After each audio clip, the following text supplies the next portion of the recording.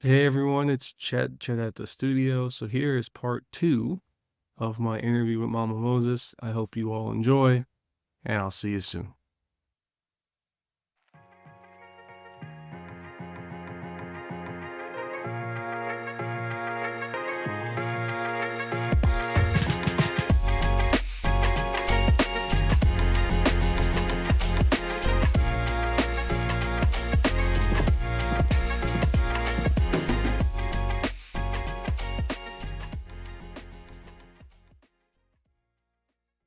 It's almost like it goes hand in hand. A lot of the cases that we receive, especially in the campsites, are mental.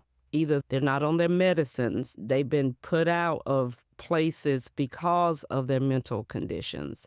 So I'm really pushing for that in Harnett County as well, and we're making some strides there, but we've got a lot of work to do.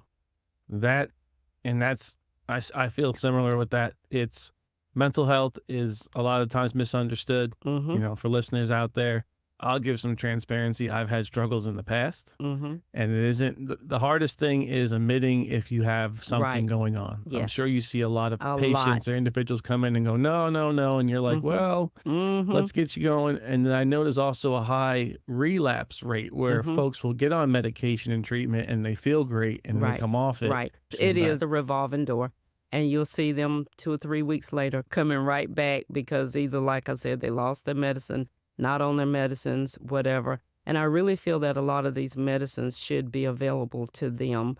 I'll just say easier than what it is, and easier for them to get their hands on. Yeah. And I know an individual that wasn't able to go to Good RX. Mm-hmm. And like, I think Mm-hmm. the retail was like $1,200 a month for this Right, particular that's what drug. yeah.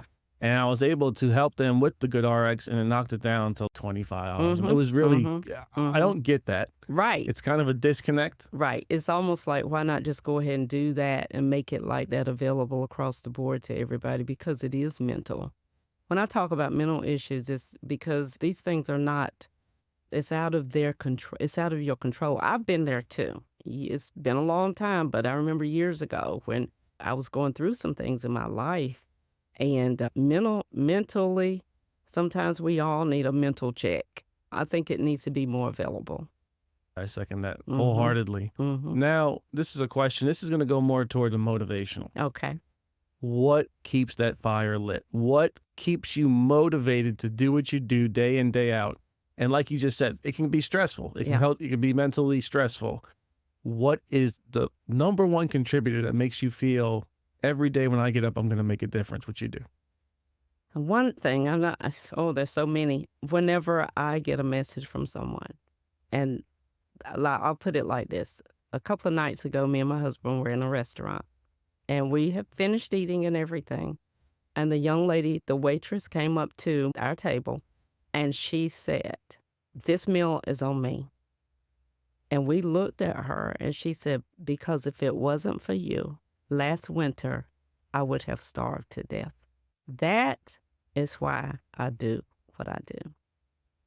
Because it's the stories after the storm passes, whenever they come back and they say, "Look at my children, they're growing." It's the mom who gave birth that didn't know what she was going to do with her child, who comes back 2 or 3 years later with this little kid calling me Grandma Moses. "Thank you, Grandma Moses." So it's that kind of thing.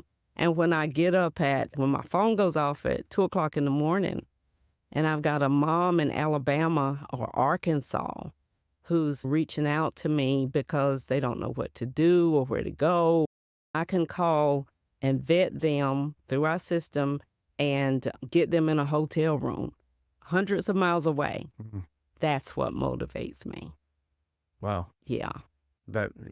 And then I have this big teddy bear of a husband that pushes me to keep going. And he's like, "Baby, don't worry about anything. You just keep going." And that's at home. That's my inspiration. Yeah, I mean, I've had the privilege to hear and to see and hear Mr. Ball. Yes. I'm from New York, so he can sing. Yeah, he can sing. This gentleman, it was just last weekend. So we met, it was fate or chance.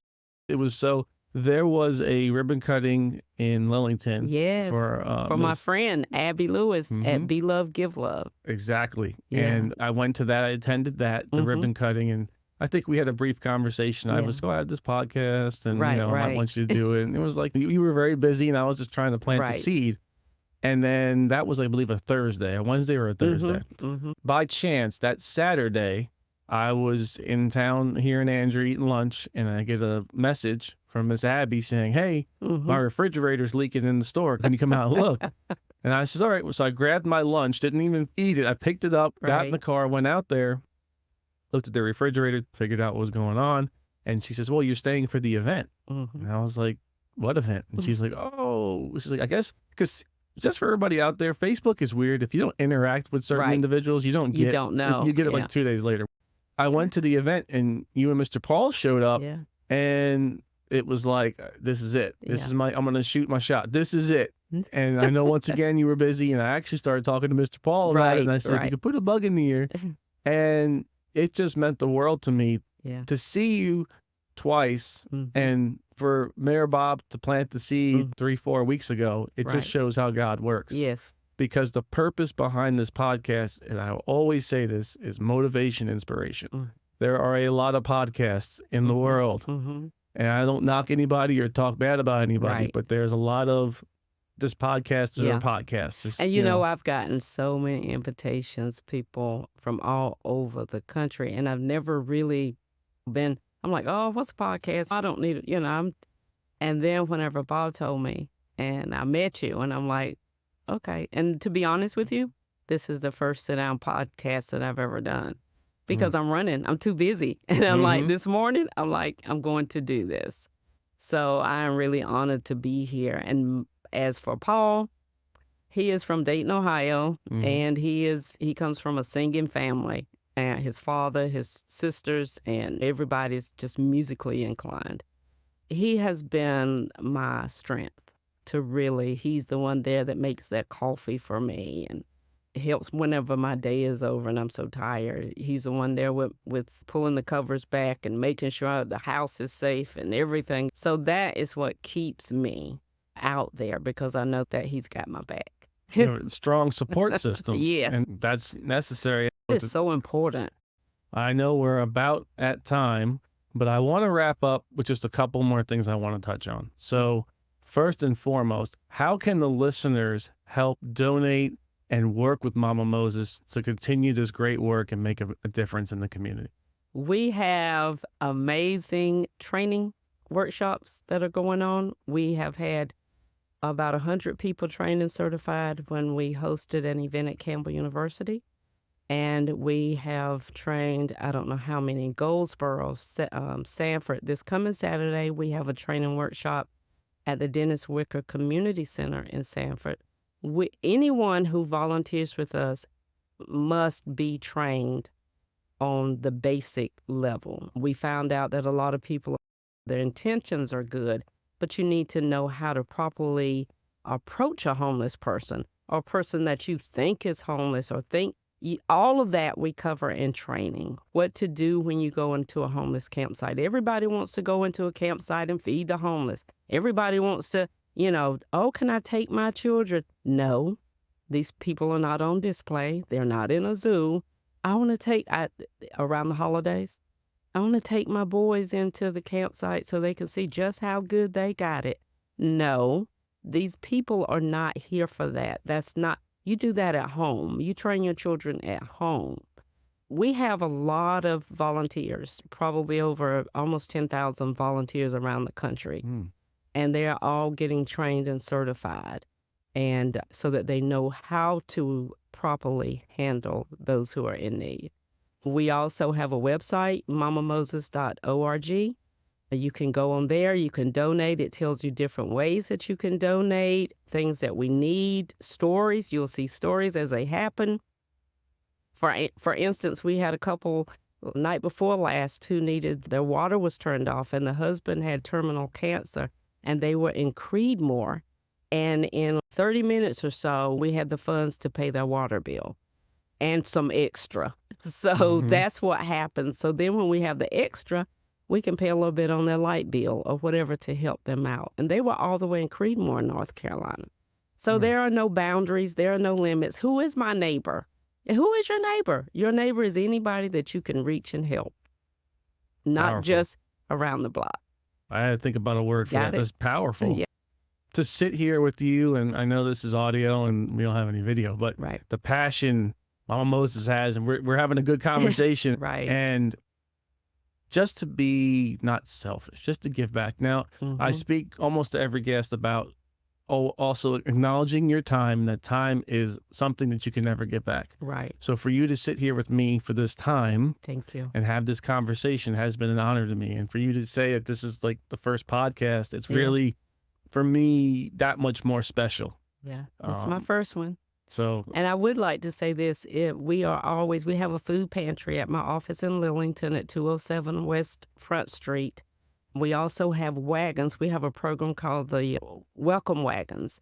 They're red wagons that we have placed strategically around in different areas, different neighborhoods, and they are stocked with food. So people can come up on our porch at the office and get food anytime. They don't have to say anything. We don't even have to know they're there. If you're hungry, you can stop by and get food. Now, if you would like to donate food, we always need food, canned foods, non-perishable items, and they can be donated and dropped off on the back porch of our office.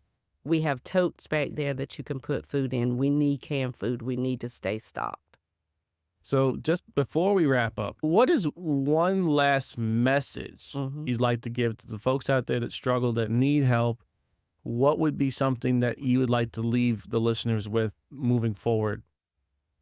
We're all in this together. And it can be, but for the grace of God, it could be any of us at any time.